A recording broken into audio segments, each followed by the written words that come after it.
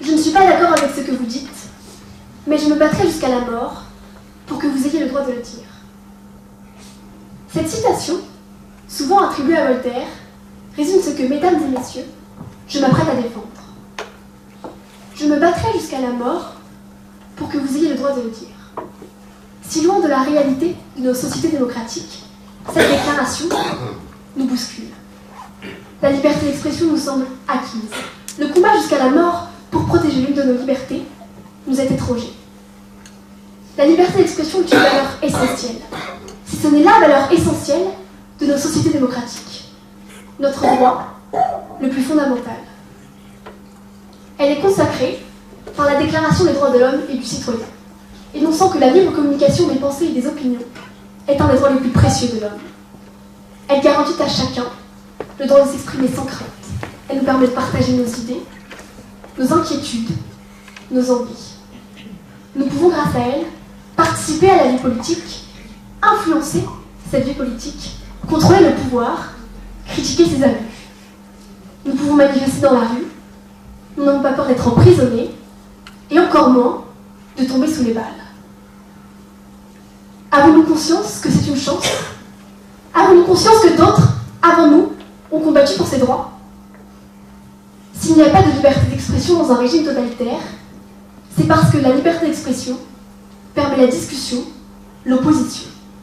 Elle est source de progrès social, encourage les idées nouvelles, bouscule les idées établies et peut bousculer l'ordre établi. La liberté d'expression est nécessaire à l'épanouissement individuel. Pourtant, la liberté d'expression est aujourd'hui encore bafouée. Des journalistes sont emprisonnés, tués, pour avoir dénoncé, critiqué des politiques gouvernementales, de la corruption, des abus. Des artistes sont censurés, des citoyens réduits au silence. Ailleurs, il existe des prisonniers politiques, un contrôle des informations, de la propagande, le culte de la personnalité. Et si, ailleurs, était ici, chez nous? Les régimes totalitaires et dictatures, qui nous paraissent si loin de notre démocratie bien-aimée, ne sont néanmoins pas les seules atteintes faites à notre droit le plus précieux. Les nouvelles technologies, par exemple, accentuent la répression dans des pays où la liberté d'expression n'existe pas, en surveillant, contrôlant les actions des citoyens. Mais dans le système démocratique reconnu, permettent la manipulation de l'information. Nous proposent des discours formatés, des réflexions toutes faites, choisissent nos combats. Sommes-nous encore libres de penser par nous-mêmes? Nous battrions-nous jusqu'à la mort pour notre liberté de penser? Cela vous semble loin, mais sur notre propre sol, nos caricaturistes, nos professeurs ont été assassinés. Il est essentiel et indispensable que chacun se révolte contre ces atteintes. Nous devons exiger de l'ensemble des gouvernements une reconnaissance de son droit fondamental.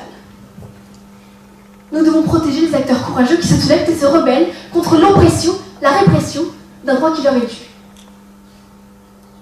Sans liberté d'expression, la société que nous connaissons n'existera plus.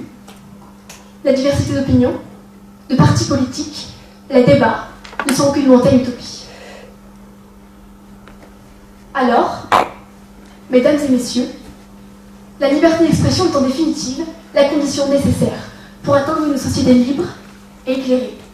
Il est de notre devoir d'en faire une priorité et de défendre ce droit avec vigueur et détermination.